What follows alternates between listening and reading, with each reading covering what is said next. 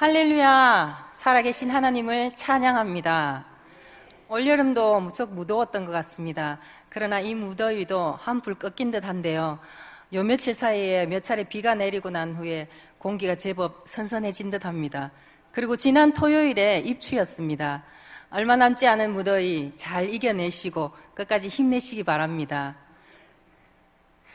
사람이 어디에 속해 있는지는 참으로 중요한 것입니다.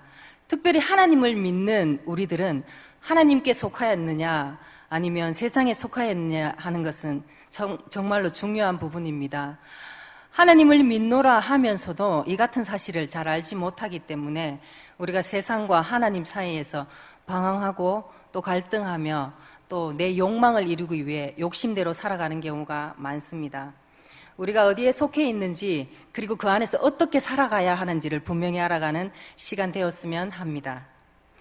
먼저 오늘의 말씀을 나누기 전에 말씀 제목을 다 같이 한번 더 읽어보기를 원합니다. 시작! 너는 내 것이라.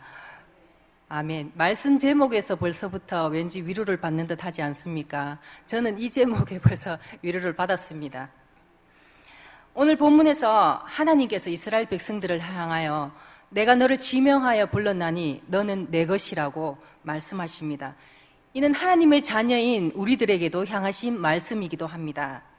그러면 하나님께서 우리를 향하여 너는 내 것이라고 말씀하신 데에는 어떠한 의미가 담겨 있는지 본문을 통하여 한번 살펴보도록 하겠습니다.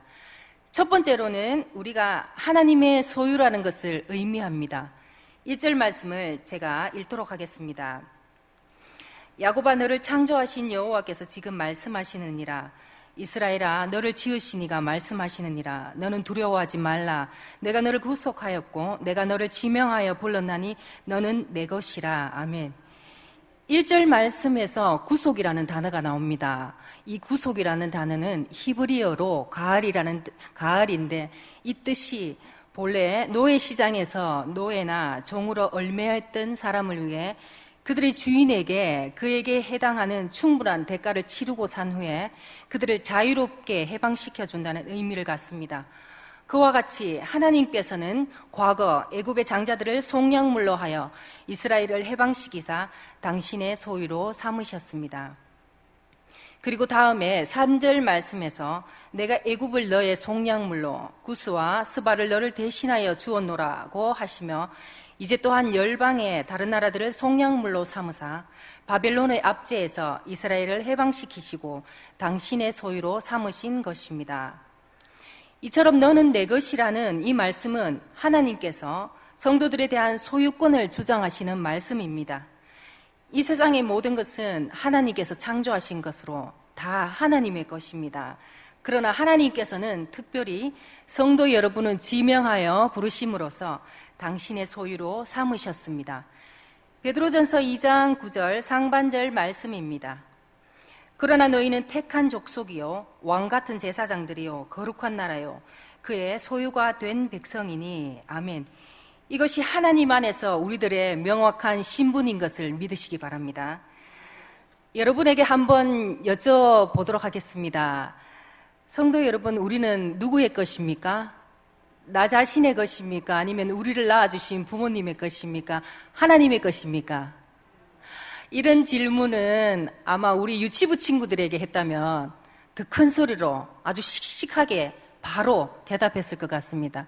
왜냐하면 유치부 친구들에게 어떤 질문을 하더라도 그 내용 안에 하나님이라는 단어만 들으면 우리 유치부 친구들은 바로 큰 소리로 즉시 하나님이요! 라고 대답을 합니다. 이런 어린아이와 같은 순수한 마음을 하나님께서 기뻐하실 줄 믿습니다. 그렇습니다. 우리는 그 누구의 것도 아닙니다. 바로 하나님의 것입니다. 한편 하나님께서는 오늘날 당신이 택한 성도들의 구속을 위하여 당신의 독생자를 속량물로 삼으사 죄의 대가를 치르게 하셨습니다. 요한일서 4장 10절 말씀입니다. 사랑은 여기 있으니 우리가 하나님을 사랑한 것이 아니요 하나님이 우리를 사랑하사 우리 죄를 속하기 위하여 화목제물로 그 아들을 보내셨습니다. 아멘. 참으로 놀랍고 감사한 일이 아닐 수 없습니다. 그 아들을 보내주신 그 사랑 꼭 기억하시기 바랍니다. 그리고 오늘 말씀에서 이스라엘 백성들이 하나님의 백성이 된 것은 그들의 어떠한 의나 공로 때문이 아니라는 것입니다. 그들의 범죄에도 불구하고 하나님께서 용서하시고 그리고 무조건적으로 그들을 사랑하시는 하나님의 성품과 주권에 근거한 것입니다. 그와 같이 오늘날 우리가 성도된 것이 역시 하나님의 주권적 은혜와 주권적 사랑에 기인한 것입니다.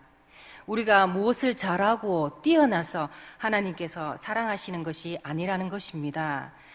우리의 자녀를 어떤 이유가 있어서 조건이 있기 때문에 사랑하는 것 아니지 않습니까? 그저 사랑하지 않습니까? 어떤 잘못된 행동을 하거나 미운 짓을 해도 사랑합니다. 우리의 자식이기 때문이지요. 이처럼 하나님도 우리가 하나님의 자녀이기 때문에 그저 사랑하시는 것입니다. 본체 사랑이신 하나님, 그 하나님이 어떤 분이십니까? 창세기 말씀에서 하나님은 온 우주 만물을 말씀으로 창조하신 위대하시고 전능하신 분이십니다. 그리고 그 모든 것을 우리 사람들을 위하여 만드셨습니다. 그리고 우리들에게 내어주셨습니다. 그 이유가 무엇이겠습니까? 사랑하기 때문입니다. 이스라엘에게 약속하셨던 그 하나님은 그 약속을 신실하게 이루어 가셨습니다. 이처럼 하나님은 우리들에게도 먼저 사랑하기로 결단하시고 선언하셨습니다.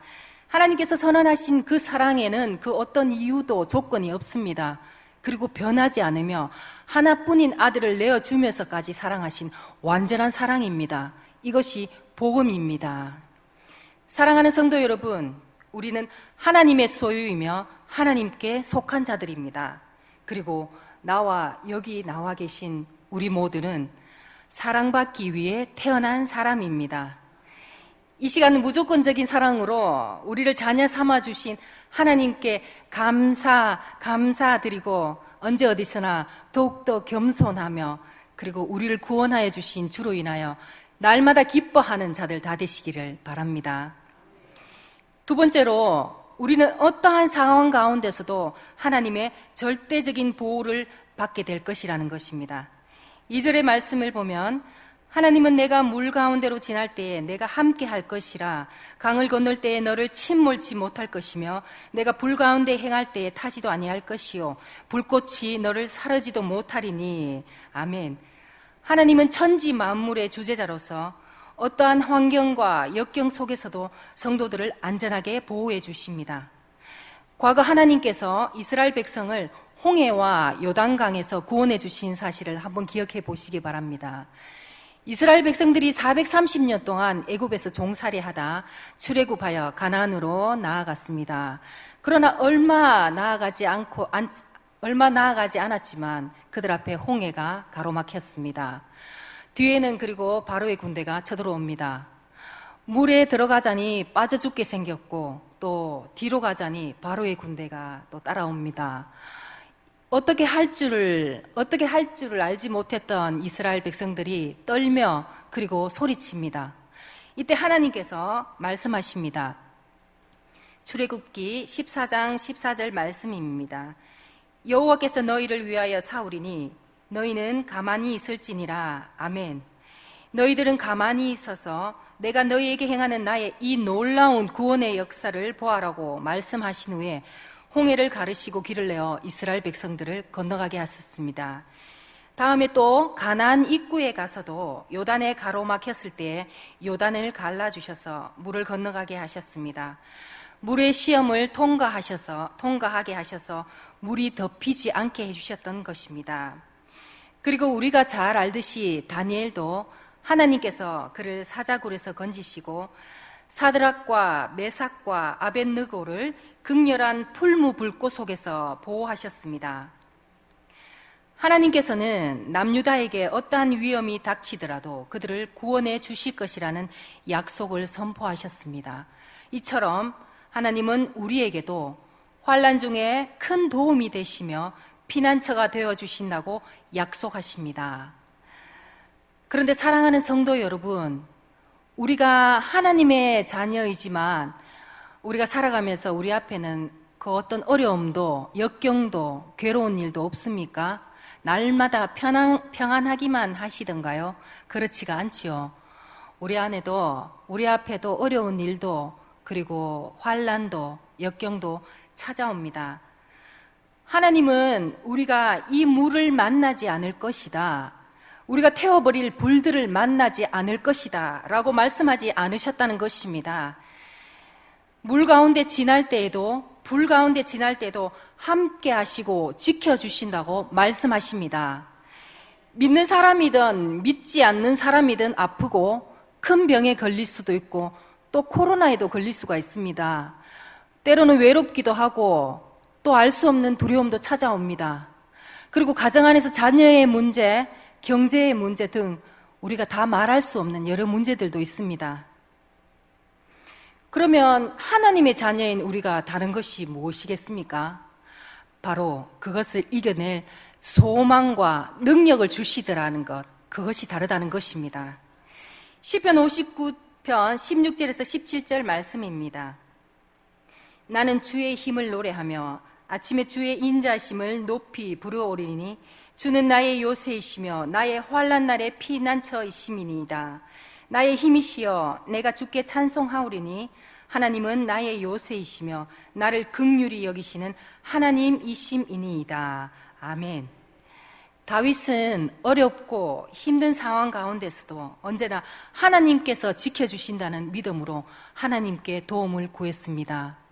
그리고 그는 살아계신 하나님을 늘 신뢰하며 찬양하고 그의 이름을 높여드렸습니다. 그런 다윗을 보고 하나님께서 기뻐하셨고 또 다윗을 통하여 하나님의 역사를 이루어 가셨습니다. 여호와 우리의 하나님은 힘이시요 방패시며 피난처시며 소망인 것을 믿으시기 바랍니다. 할렐루야. 하나님께서 그의 백성을 선택하신 것은 육신의 정욕을 쫓게 하려 함이 아니라 환난과 시험을 이기게 하여 결국은 구원에 이르도록 하기 위함이라는 것입니다. 그래서 우리는 하나님께 기도드릴 때 우리에게 환난도 시험도 찾아오지 않게 해주시옵소서 라는 기도를 드리는 것이 아니라 우리에게 시험에 들지 않게 해주시옵소서, 오늘 먹지 않아도 살 수 있게 해주시옵소서 라는 기도가 아니라 오늘 우리에게 일용할 양식을 주시옵소서 라는 기도를 드려야 하는 것입니다. 그리고 어려움을 겪지만 이길 힘을 주시고 어려운 현장에서 하나님을 기억하게 하시고 당당히 이겨낼 힘과 용기를 주시옵소서 하는 이러한 기도가 우리의 기도가 되어야 할 줄 믿습니다. 신실한 믿음을 가진 한 성도가 버스를 타고 시골을 가고 있었습니다. 잘 달리던 버스에 문제가 생겼습니다. 버스에 브레이크가 고장났던 것입니다. 아주 위험한 상황에 처하게 되었습니다. 버스 안에 승객들은 살려달라고 소리를 치고 온통 아수라장이 되었습니다. 이때 그 성도는 그 잠깐 사이에 눈을 감고 하나님께 기도를 드렸다고 합니다. 그리고 잠시 후에 하나님께서 부어주시는 한없는 평안을 느끼며 불안해하지 않았다고 합니다. 그렇게 비탈길을 구르던 버스는 결국 전복되어 뒤집히는 사고가 났습니다. 그렇게 큰 사고가 나고 성극에 많은 사람들이 다쳤는데요. 이 믿음 좋던 그 성도는 몸의 어느 한 부위도 다치지 않고 무사히 그 버스 안에서 나왔다고 합니다. 여호와의 사자가 주를 경외하는 자를 둘러진치고 저희를 건지시는도다 라는 시편 기자의 말대로 하나님이 친히 성도들을 위험에서 구하신다는 사실을 확신하고 평안함을 가지시기 바랍니다. 불안한 세상에서 누리는 평화, 그것이야말로 믿는 자들의 특권이자 세상에서 그리스도인을 구별되게 하는 중요한 특징이 아닐 수 없습니다. 해마다 송구 영신 예배 때에 하나님의 말씀을 받지 않습니까? 저도 한 10여 년 전에 하나님의 말씀을 받았던 말씀이 있습니다. 그 말씀이 바로 오늘 우리 본문 중에 2절, 3절 말씀입니다. 그래서 제가 이번에 설교를 준비하면서 이 말씀을 가지고 성도님들과 함께 나누어야겠다 생각하고 준비를 하게 되었던 것입니다. 그리고 살아가면서 저는 어렵고 힘들 때마다 이 말씀을 보면서 많은 힘과 위로를 받게 되었습니다. 오늘 계신 여러분들도 저와 같은 은혜가 꼭 임하시기를 바라며 2, 3절 말씀을 다 같이 한번 읽어보겠습니다. 내가 물 가운데로 지날 때에 내가 너와 함께 할 것이라. 강을 건널 때에 물이 너를 침몰하지 못할 것이며 내가 불 가운데로 지날 때에 타지도 아니할 것이요 불꽃이 너를 사라지도 못하리니 대전하는 여호와 내 하나님이요 이스라엘의 거룩한 이요 내 구원자임이라. 내가 애굽을 너의 속량물로 구스와 스바를 너를 대신하여 주었노라. 아멘. 그러던 어느 날 저에게도 어려움이 다가왔습니다. 너무 답답한 마음에 어찌할 바를 몰랐고 그렇게 하나님 앞에 기도드렸습니다. 나를 향하신 하나님의 계획하심과 뜻하심이 있으리라고 믿으면서 기도했습니다. 그러나 기도하다가 지칠 때가 참 많았고 그리고 다시 예전에 불안한 그 마음으로 돌아가는 것 같아 마음에 참 낙심될 때도 있었습니다. 그렇게 점점 지쳐가고 있을 때 어느 날 하나님께서 예전에 받았던 이 말씀을 떠올리게 해주셨습니다. 그래서 저는 이 말씀을 아주 깊이 몇 번이고 묵상하고 그리고 고백하고 그리고 기도하게 되었습니다. 그런데 잠시 후에 놀랍게도 제 마음 가운데 하나님의 한없는 평안을 느끼게 되었습니다. 그리고 다시 힘을 얻고 일어날 수 있게 되었던 것입니다. 하나님의 말씀은 살아있고 운동력이 있습니다. 하나님의 말씀은 생명입니다. 히브리서 4장 12절 말씀입니다. 하나님의 말씀은 살아있고 활력이 있어 좌우에 나선 어떤 검보다도 예리하여 혼과 영과 및 관절과 골수를 찔러 쪼개기까지 하며 또 마음의 생각과 뜻을 판단하나니. 아멘. 성도 여러분, 하나님의 말씀을 꼭 붙들고 기도하시기 바랍니다. 때로는 나의 의지와는 상관없이 불쑥불쑥 찾아오는 두려움들도 있을 것입니다. 그때에도 즉시 그 말씀을 입술로 시인하고 선포하시기 바랍니다.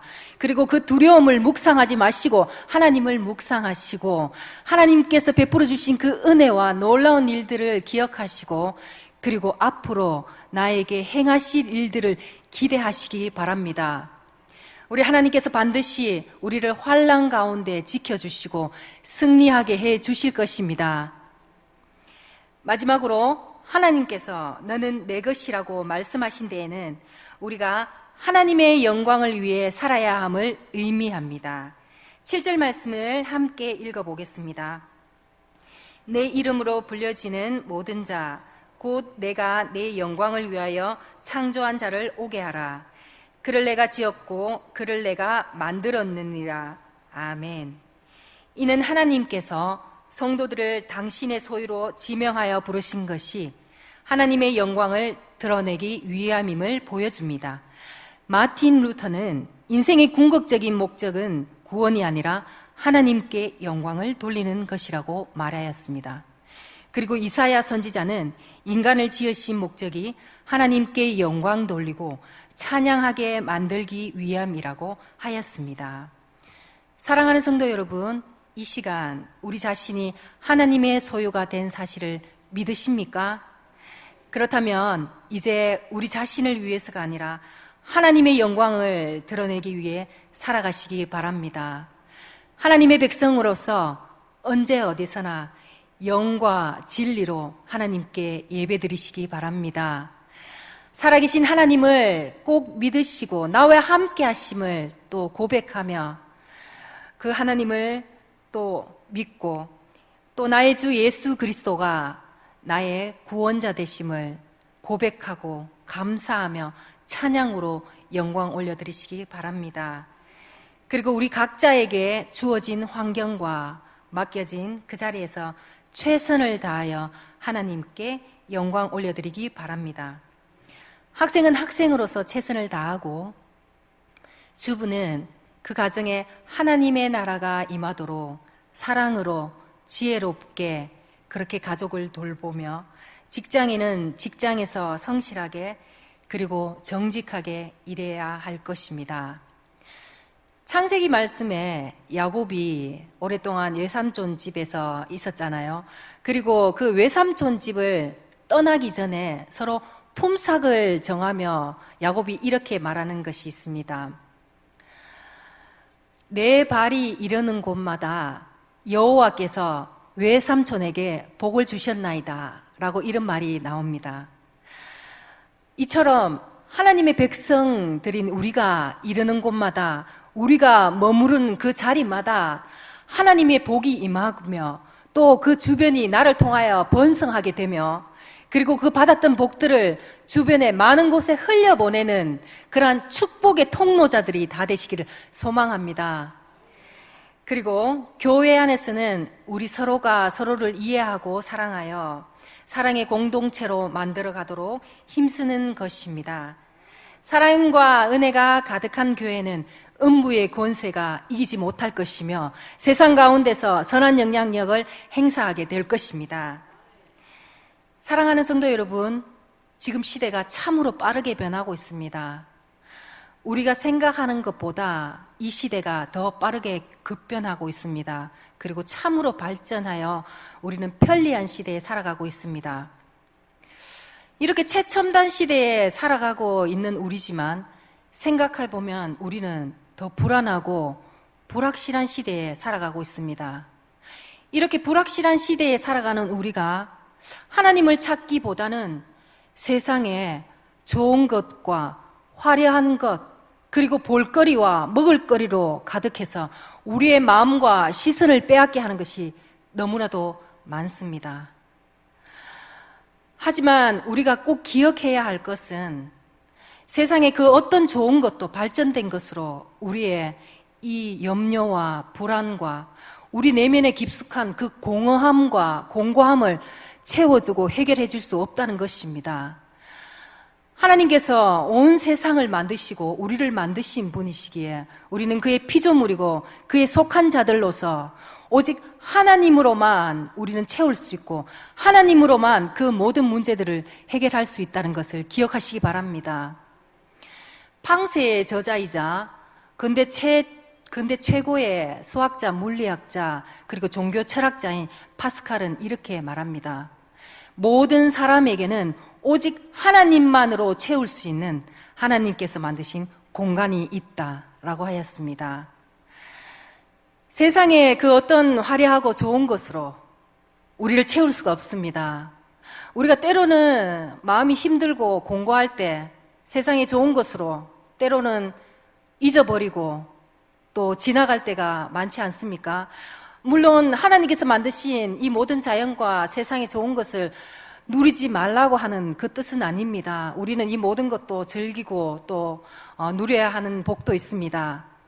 그러나 그것이 아니라 그것보다 하나님보다 세상을 더 따르고 세상을 더 쫓아가는 것, 그것이 문제라는 것입니다. 하나님만이 우리의 근본적이고 궁극적인 그 모든 것을 해결해 주실 수 있고 채워 주실 수 있는 분임을 꼭 기억하시기 바랍니다. 여러분들 가운데 지금 꼭 물 가운데로 건너가는 것만 같고 불 가운데로 건너가는 것만 같이 힘든 시간을 보내고 계신 분 있으십니까? 세상의 여러 소리들로 걱정되고 또 불안해 하십니까? 아직까지 또 해결해야 할 문제들이 많습니까?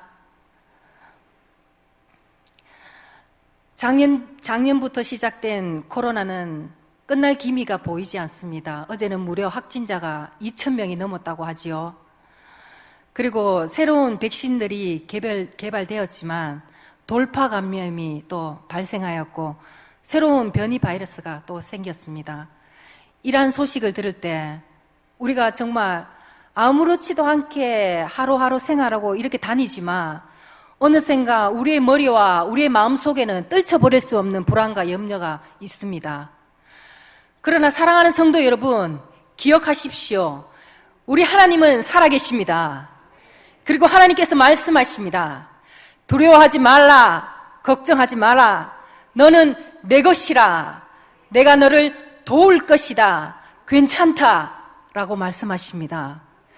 우리가 살아가면서 어떤 어려운 문제나 나 혼자서는 해결하기 어려운 그러한 고민이 있을 때 내 주변에 가깝고 또 믿을 만한 분에게 또 나의 이 고민을 한참 동안 또 걱정하다가 그 이야기를 또 나눌 때가 있지 않습니까? 그럴 때 그 이야기를 들었던 상대방이 그 이야기를 다 듣고 난 뒤에 너무 걱정하지 않아도 될 것 같다고, 그리고 이러한 문제는 이렇게, 또 저러한 문제는 이렇게 해결하면 될 것이니 너무 크게 걱정하지 말라고 권면하고 위로해 줄 때가 있습니다. 그리고 내가 도울 수 있는 부분은 또 도와줄게 라고 이런 말을 들었을 때 우리 마음이 어떻습니까? 너무나도 힘이 되고 위로가 되지 않습니까? 당장 그 문제가 해결되지 않은데도 금방이라도 해결이 될 것 같고, 또 나의 이야기를 들어줬던 그 사람이 함께 나와 고민해 준 것을, 또 기도해 줄 것을 생각하며 마음이 위로가 되지 않습니까? 하물며 온 우주를 만드신 전능하신 하나님께서 걱정하지 마라, 두려워하지 말아라, 내가 너희를 힘껏 도울 것이다, 괜찮다, 너는 내 것이라 라고 말씀하신다는 것입니다. 살아계신 하나님을 신뢰하며 어떠한 상황 가운데서도 믿음으로 승리하는 우리 모두 되시기를 소망합니다. 그리하여 무엇을 먹든지 마시든지 무엇을 하든지 다 하나님의 영광을 위하여 살아가는 멋진 믿음의 용사들이 다 되시기를 소망합니다. 그리고 이 땅에서 하나님 나라를 소유한 자들이 다 되시기를 바랍니다. 그리고 나를 통하여 이 땅에 하나님 나라가 더욱더 커져가며, 그리고 믿지 않는 자들이 나의 착한 행실을 통하여 나의 이 착한 행실을 보고 하나님 나라에 영광 올려드리는 그러한 복된 자들이 다 되시기를 소망합니다. 아멘. 끝으로 제가 이번에 이 말씀을 준비하면서 계속해서 떠오른 찬양이 한 곡 있습니다. 나의 안에 거하라라는 찬양입니다. 다들 잘 아시리라고 생각합니다. 이 찬양을 보면 그 가사에 오늘 말씀이 나옵니다. 마지막 끝부분인 후렴 부분만 함께 불러봤으면 좋겠습니다. 가사를 잘 모르시는 분은 앞에 자막을 보고 부르시면 되고요. 또 가사를 잘 모르시는 분은 앞에 자막을 보고 함께 불러주시고, 이 가사를 또 잘 아시는 분은 눈을 꼭 감고 이 가사를 충분히 생각하면서 함께 불러봤으면 좋겠습니다.